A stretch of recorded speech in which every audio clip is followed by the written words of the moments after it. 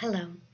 In this short tutorial, I'm going to show you how to do one of the most basic things in Blackboard, and that's to add a content box and put some text in it with some instructions for your students, part of a written lecture or something like that, and add a file if there's something that you want them to read, for example.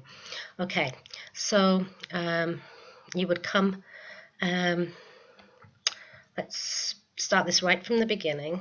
Okay, so the first thing you would do is create an area to put your content in. So we've talked about this in another video, but this plus button here adds things to your left-hand menu. So let's say I want to add something for week 3. Make it available to users, click submit.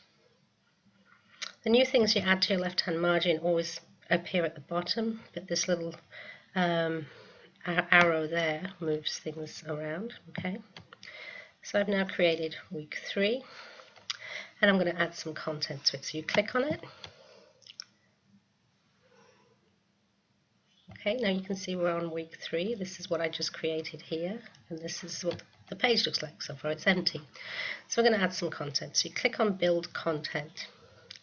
And the most basic item is just the item, and then these other things, you can use them, but a lot of things you can just deal with just create an item. Okay, so you can add files to an item, and you can add video to an item, and an item can be your syllabus. Unless you want to do something pretty advanced, let's just stay with the item for right now. Okay, so you create an item, and a box will appear, which is basically like a word processing box. It is writing it in HTML, so that means sometimes the format gets screwed up, but you basically just use it like a word processor. Okay, so we're going to name this content delivery, your most basic option. Okay, and so this is the text box. So this is the most basic option. This is my lecture / intro to the week's work. Okay, and then just like any other word processing process, you can also cut and paste into here. You can add pictures, and you can add files. Okay. So if you want to sort of introduce a topic, and this is going to be your most basic option for content delivery, and then attach a file, you would just browse the computer like you normally would and upload. See, I don't know, not that many files. This is a brand new computer. Yeah, so if I wanted to upload for some reason the author guideline and crib sheet from the publisher Breppels, I would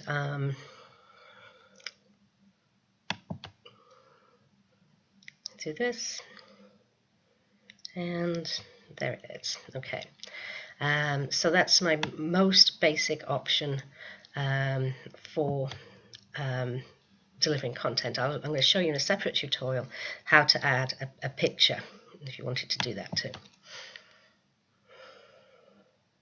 And click submit.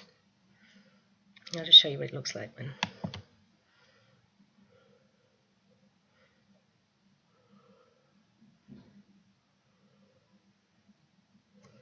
I've got to wait till it's completed. I've got a very slow connection here today. Okay, so you can see this is the file that I attached, and the student can intuitively know that they have to download that, or in your instructions here you can tell them what to do, and your scope is basically unlimited, how much you sort of give them here. But as I said, this is the most basic option, and you need to think about, is this It's not the most dynamic content delivery, but it doesn't take too long to put it together, whereas some of the other options take a bit longer. And you're more than welcome to mix them up, and this might work best for some of your content delivery, whereas other content delivery you might want to make a little bit more dynamic. And where we're getting to at the end of today is finding that balance between the amount of work, because it is a lot of work creating video and things like this, and sometimes this may be what works for you. Okay, so I'm going to leave